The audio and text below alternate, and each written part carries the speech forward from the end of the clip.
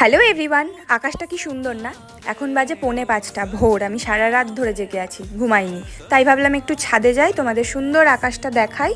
তো তখনও সূর্যোদয় হয়নি, এই যে এখন হলো সূর্যোদয়, সেটাও তোমাদেরকে দেখালাম। যেহেতু জেগে আছি ভাবলাম টবে একটু জল দিয়ে দিই, সকাল হয়ে গেছে। এই টবটা আমাকে মোবাইল ওয়ার্ল্ড থেকে দিয়েছিল।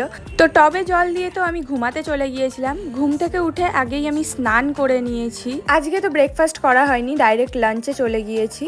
তারপরে বিকেলবেলায় বেরিয়েছিলাম আমি একটু সমৃদ্ধার সাথে ঘুরতে। এই যে রেডি হয়ে গিয়েছি, যাচ্ছি আজকে আমরা কদমতলা ঘাটে। এমনি নর্মালি ছবি তুলতে। ওয়েদারটা ভালো ছিল, আকাশটা ভালো ছিল, ওয়েদার গরমই ছিল।